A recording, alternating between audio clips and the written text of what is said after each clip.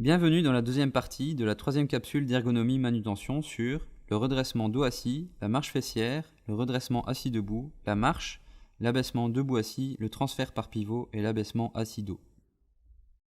Deux types d'aides à la marche peuvent être procurées, mécaniques ou humaines. L'aide mécanique nécessite de régler le matériel en fonction de la taille du patient et lui fournir des explications d'utilisation. Ces dernières feront l'objet d'une vidéo à part entière. L'aide humaine peut être réalisée grâce à une prise en canne pour la marche nuptiale ou à des prises en rampe pour la marche en Java. Dans cette vidéo, nous aborderons ces dernières. Il est toujours nécessaire d'étudier le parcours qui sera emprunté afin d'éviter les embûches. 4 principes sont à appliquer: fournir un appui, provoquer un dandinement, être synchronisé, regarder l'endroit vers lequel on se dirige. Pour la marche nuptiale, le soignant se placera du côté le moins valide, s'il y a, et offrira son pouce homolatéral, paume de main vers le haut, afin que le patient puisse prendre appui. Le soignant encadrera l'avant-bras du patient avec son autre main et avant-bras pour que l'appui soit meilleur. Pour la marche en Java, le soignant se mettra face au patient et proposera ses avant-bras afin qu'il puisse prendre appui. Le soignant démarrera avec la jambe et pied opposés en marche arrière.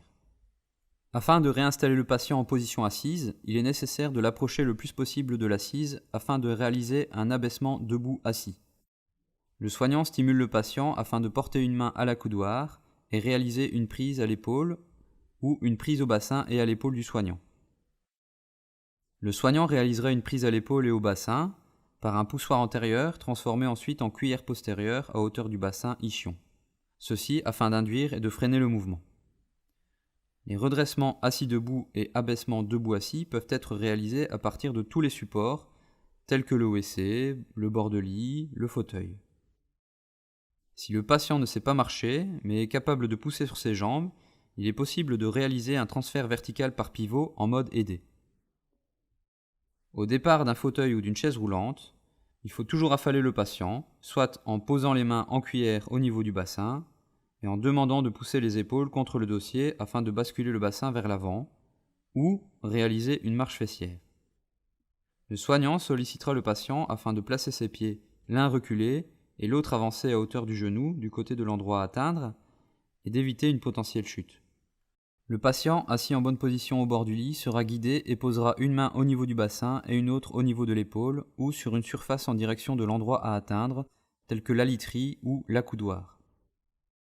Le soignant posera également ses mains en cuillère au niveau de l'épaule, mais aussi du bassin, afin que cette partie du corps, plus difficile à mobiliser, soit poussée vers l'endroit à atteindre. Les prises seront alors inversées pour le mouvement retour. Une fois le patient réinstallé au bord du lit, une marche fessière vers l'arrière peut être nécessaire, et le patient effectuera ensuite un abaissement assis dos afin de se retrouver alité en décubitus dorsal. La marche fessière vers l'arrière, ou rehaussement assis, se pratique généralement en demandant au patient de se pencher de droite à gauche, et le soignant poussera sur le genou de celui-ci à l'aide de la main et de son avant-bras en appui sur sa cuisse, et s'aidera de la pousser de tout son corps du côté où la fesse se décolle du lit, afin de faire reculer celui-ci.